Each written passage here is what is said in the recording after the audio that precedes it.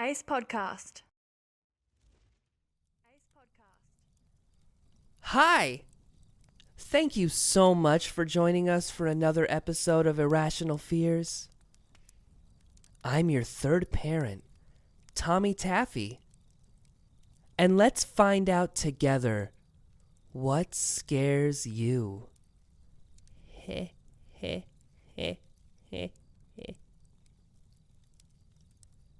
As a police officer, I've seen a lot of things during my time on the force. A lot of awful, sick things.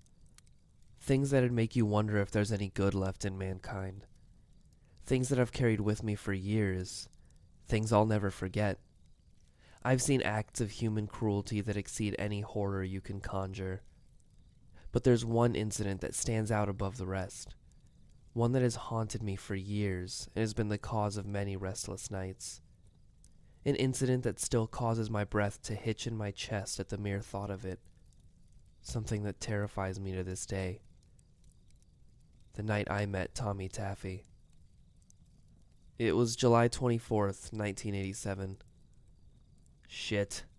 We had a 911 call over on Tenor Street, my partner Henry said, leaning across the driver's seat and opening my door. I steadied the 2 coffees in my hands and ducked down, sliding behind the wheel. I passed a steaming cup to him and sighed heavily. Great. And here I was hoping we'd have a quiet night. What are we walking into? Well, dispatch said a young girl called it in. Something about a domestic disturbance, Henry replied, taking a cautious sip. Fantastic. I love getting in the middle of arguing couples, I sighed. I placed my own cup in the holder and flicked on our lights, pulling out of the gas station, and roared down the highway. As we drove, I anxiously tapped my fingers against the wheel.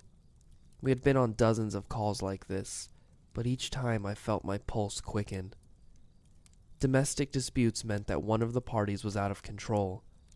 Out of control meant unpredictable, and unpredictable meant dangerous. After a couple of minutes, Henry pointed out into the night. There's Tenor. I spun the wheel. Got it.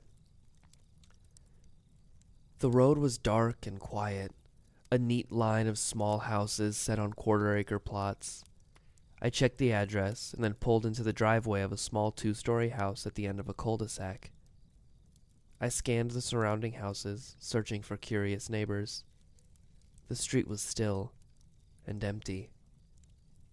I got out of our cruiser, the warm night air caressing my face, and adjusted my hat. Henry mirrored me on the opposite side of the car, casting a quick glance my way. I don't hear anything, he muttered, watching the front of the house. The curtains were closed, but we could see the lights on. Probably saw the flashing red and blues and shut the argument down, I snorted, walking up the driveway. Henry joined me, and together we marched up to the front door. Do the honors? Henry asked, waving a hand before us. You sure know how to spoil a guy, I said, raising my fist and pounding on the door. Hello? Please open the door, I announced. We paused for a moment as someone moved around inside, the dull thud of footsteps drawing closer. Then there was silence, and I thought I could hear someone talking. A male voice. Please open the door, I repeated, rapping my knuckles on the wood. More silence, followed by a low, muffled conversation. Finally, the door opened a crack. A woman peeked out at us, her face flush. Henry tipped his hat. Evening, ma'am. We've had complaints about a domestic dispute. Could you please open the door? Everything is fine here, she breathed, her eyes shifting between the crack to appraise us. Just leave us alone. We're okay. I placed a hand on the door, my voice stern. Ma'am, can we please speak to the man of the house? And then a voice drifted out from inside, cool and controlled, almost amused. It's all right, Mary. Let them in. Shaking, licking her lips, the woman stepped back and pulled the door open. We stepped inside, and I noticed the disarray she was in. Her hair was a mess, her cheeks were red, and sweat lined her brow. She looked absolutely terrified. Henry and I removed our hats, and I gave her a reassuring smile as she closed the door behind us. "Evening, officers." I turned to look into the living room, and for a second, my heart stopped. Sitting in a chair, placed in the middle of the room facing us, was a man. But he wasn't a man. His features were off, almost alien. A smile pulled his lips to reveal teeth that weren't teeth, just a seamless stretch of white filling the space along his lips. His nose was just a nub protruding from the center of his face, and his eyes shined the brightest blue. His skin was perfect, poreless, and without a single blemish. His hair was blonde and cut short, and he crossed his arms over a t-shirt that read "Hi" in red cartoon font. He immediately reminded me of a doll, but not quite. "Seems like we have a slight misunderstanding," the man said, not moving. Henry shot me a look that showed me he was just as put off by this man as I was. He cleared his throat and stepped forward. "Had a call come in that there was some kind of argument going on here. Just stopping by to keep the peace, make sure everything is okay." The man smiled wider. "Mary and I were having a slight disagreement. Nothing to call the police over." "What's your name?" I asked. I suddenly couldn't shake this feeling, this cold, creeping finger running along my spine. "My name is Tommy Taffy." I placed my hat back on my head. "Okay, Tommy. Are you this woman's husband?" Tommy raised his thumb and slowly dragged it across his lips, his smile growing wider. Henry cocked an eyebrow. "Sir?" "He's not my husband," the woman behind me whispered so quietly I thought I imagined it. I turned and saw her, Mary, standing against the stairs, face pale as fresh snow. Henry went to her and placed a hand on her shoulder. "Ma'am, are you feeling okay? What's wrong?" Her voice dropped even quieter, her eyes bulging and bloodshot. "Get him out of here, please." Alarm bells were suddenly ringing in my head, and I turned back to Tommy, jumping at the sight of him. He had risen and now stood directly in front of me, that smile still plastered to his face. "She's just upset right now," he said softly, his voice like soft butter. "She doesn't mean that." I looked at Henry and saw he was suddenly on edge as well.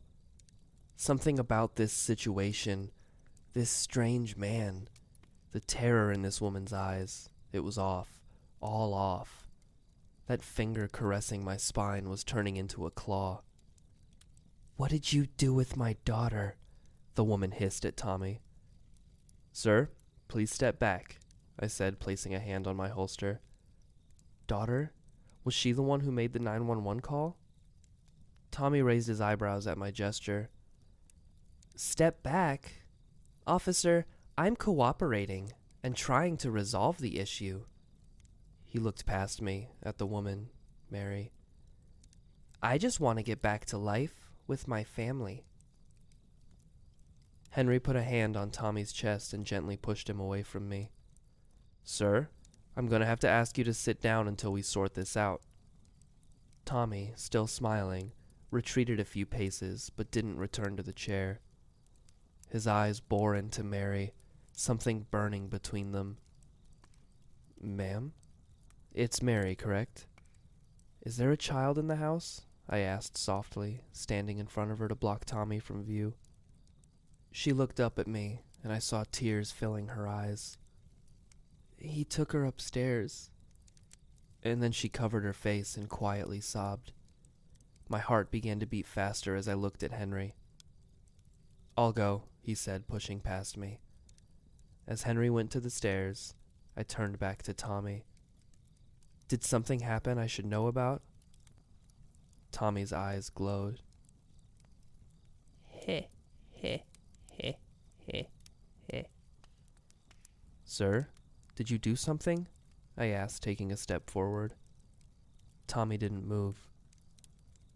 I've done a lot of things, officer. Henry thundered upstairs, and I watched Tommy closely to see if he'd give off some kind of reaction. He just kept staring at me, that smile plastered to his lips. Is there anyone else in the house? I asked Mary, the hairs on the back of my neck rising.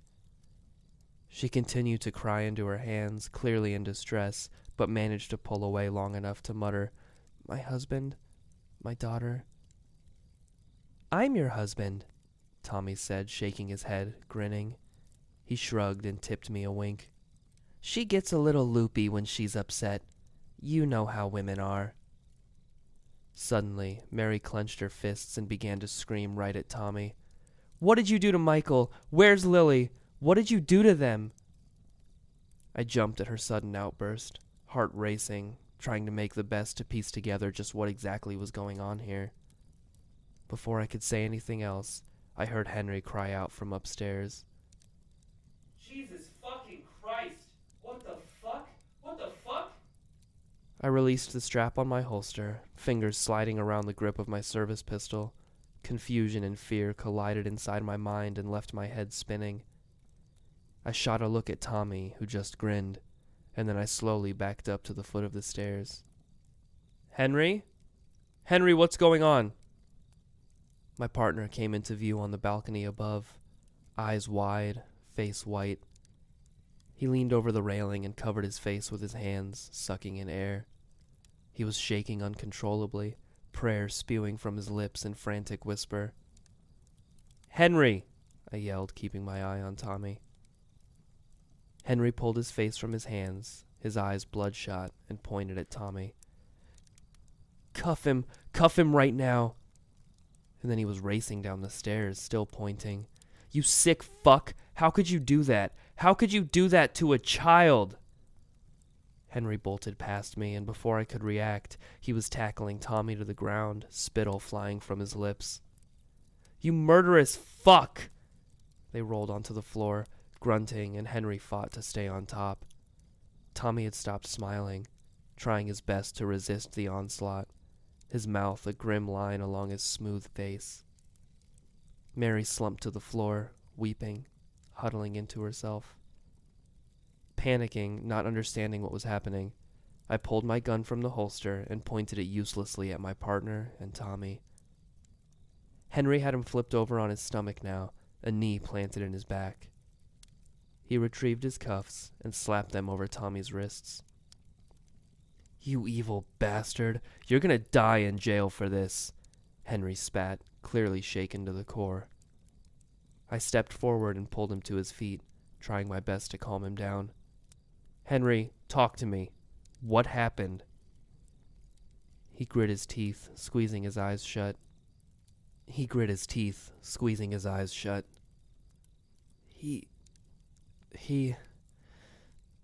The daughter is dead. Tommy started to laugh. Oh, what a horrible misunderstanding. Despite all appearances, I assure you that she is very much alive. Tommy turned his head back to stare at us. I care deeply about that little girl. I would never kill her. She was just being punished for using the phone. Henry's eyes bulged. Oh my God. And then he tore back up the stairs, screaming to hold on. My world was spinning, the events before me unraveling at a speed I couldn't keep up with. I kept my gun pointed at Tommy and glanced at Mary, who was curled up into herself on the floor, sobbing. Where's your husband? I asked, desperate to make sense of something, anything. What the hell is going on here? Mary rocked back and forth, her mind quickly disintegrating under the mental agony she had apparently undergone.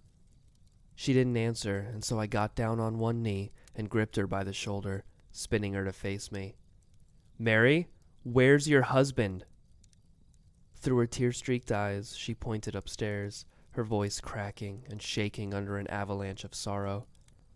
He took him into the bedroom, I think. And then she was lost to me again, retreating back into herself. I pushed the brim of my hat up, mouth dry, trying not to look at Tommy, who was smiling at me from the floor. Suddenly, Henry's voice blasted down to me from upstairs. Get up here. I need help getting her down. She's still breathing. Hurry! What the hell? I thought, shooting a look at Tommy to make sure he was secure before racing up the stairs. I reached the top and can hear Henry down the hall, struggling with something. But all sound suddenly faded as my eyes absorbed the scene at the opposite end of the hall from Henry. I was staring into the master bedroom, the corner of a king-sized bed poking into view. 4 ornate bedposts rode from each corner, and impaled on one was the husband, upside down. His mouth was split open, and his lips kissed the footboard, blood pooling at the base. The wood spire disappeared into his throat and reappeared out of his groin. His body hung completely naked, his skin a mass of bruises and cuts. Blood and shit coated the floor, and I took a step back, a scream rising in my throat. What the fuck, what the fuck, what the fuck? I could hear Henry screaming my name, but the visceral vision held me like a vice. I felt vomit tickle the back of my throat, but found I didn't have the breath to expunge it from my body. Suddenly, a new cry cut the paralysis. A shrill, high-pitched scream. Mary. Something thudded down below, and I heard a scraping noise like something being dragged across the floor. Mary's screams ceased almost as soon as they had started. Henry was howling to call for backup, for EMTs, but my mind was beginning to strain under the horrors I was experiencing. I blinked and felt dizziness rock me, and I had to catch myself on the wall to keep from falling. I stumbled forward towards the balcony and looked down at where I had left Tommy. He was gone, along with Mary. Tommy's cuffs lay twisted and broken on the floor. Jesus Christ, what the fuck is happening? I sputtered, and then the power went out. I heard Henry yell in surprise and confusion as I backed up against the far wall, stumbling in the complete darkness. A voice in my head told me that things had just escalated to a level I couldn't contain any longer.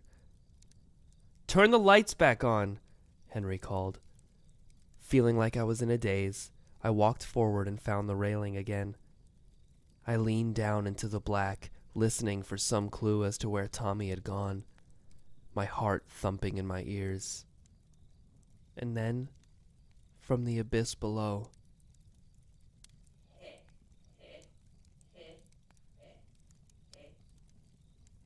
I stumbled back and crashed down the hall towards Henry and the girl, hands groping and grasping in front of me like a blind man.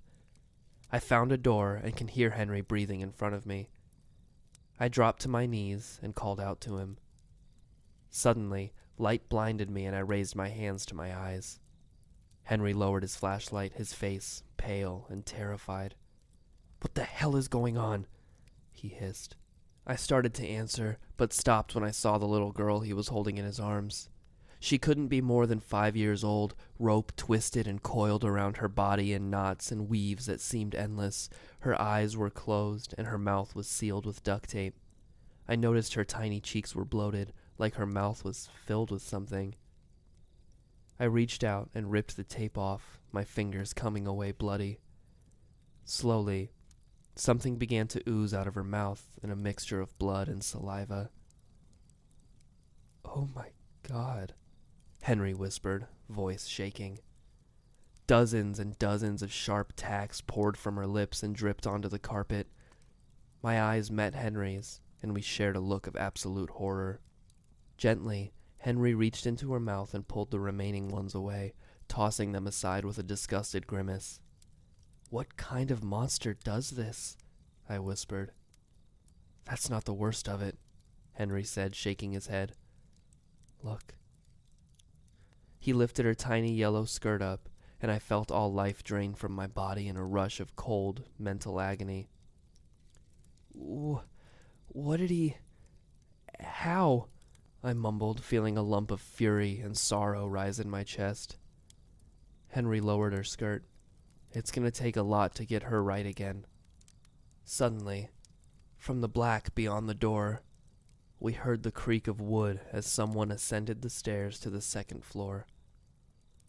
I pulled my gun from its holster, and Henry clicked his flashlight off, shuffling against the wall and throwing me a terrified look. "Kill that fucker," Henry whispered.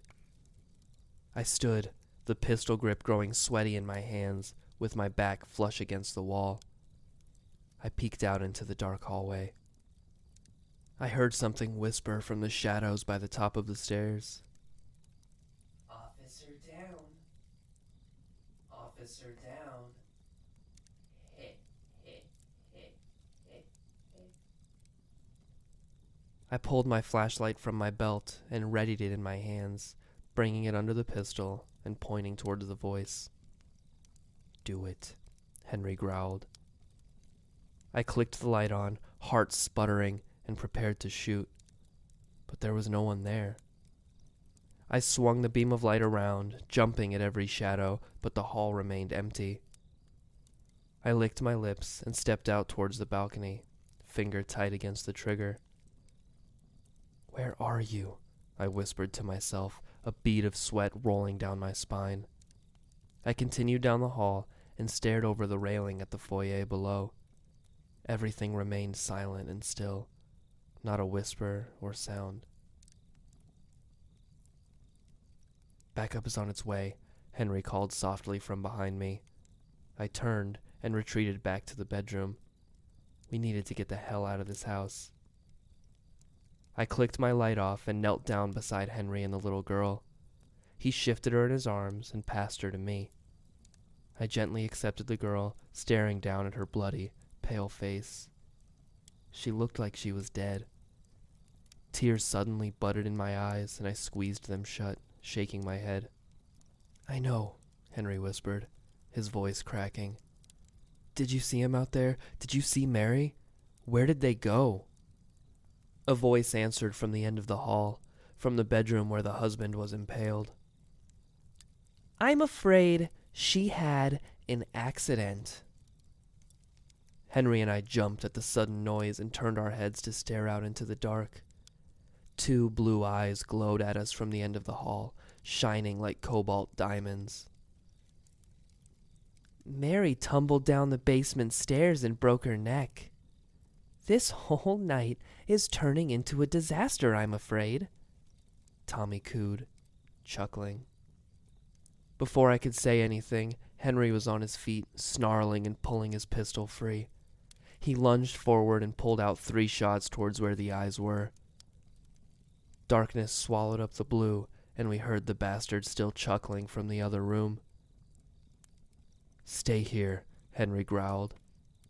He stepped out into the hall and closed the bedroom door behind him, enveloping me in complete black.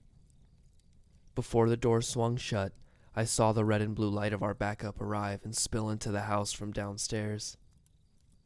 Henry's footsteps thudded down the hall, and I heard him yelling in fury for Tommy. His voice became muffled as he entered the far bedroom, and then complete silence swept the house again, so sudden that I sucked in my breath like it was trying to escape. I counted the drum of my heartbeat. 1, 2, 3, 4, 5. The bedroom door before me exploded in a shower of splinters as Henry was hurled through it, face first. He soundlessly crunched into the opposite wall, and I heard the fatal snap of his spine severing. I cried out, horrified, my breath rushing back into my lungs in a wave of terror. "Get out, get out, get out!" I gripped the little girl in my arms and stood, sweat staining the collar of my shirt. I licked my dry lips and grit my teeth as I heard the creak of wood as Tommy descended the stairs again, his voice floating back up at me. "Officer down. Officer down. Hit, hit, hit, hit, hit." I crept down the hall and saw through the front windows over the railing that the 2 officers who had been sent were now approaching the front door. Before I could call out, Tommy had flung the door open, a smile plastered to his face.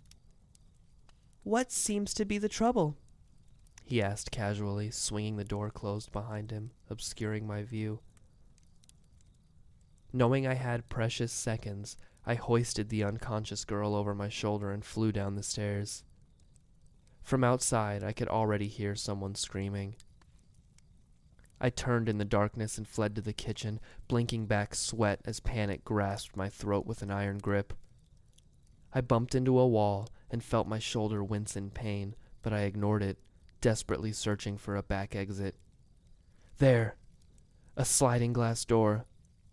I shifted the girl in my arms and pulled the door open, stepping out into the night, gasping with relief as the warm air dried the sweat on my forehead. I quietly slid the door closed behind me and heard Tommy enter the house once again. Keeping low, I shifted my way around the side of the house, every sense cranked to 11. As I made my way to the front yard, the police car that had come to our aid drifted into view.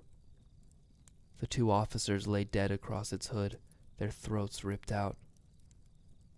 "Jesus Christ," I cried softly, voice straining.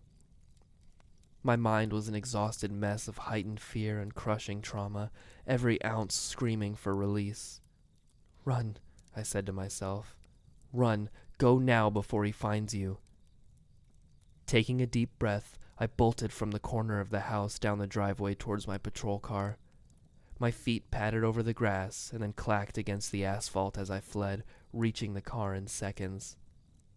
I threw the side door open and slid the girl inside, shooting a terrified glance over my shoulder. After she was secure, I raced around to the driver's side and practically tore the door open.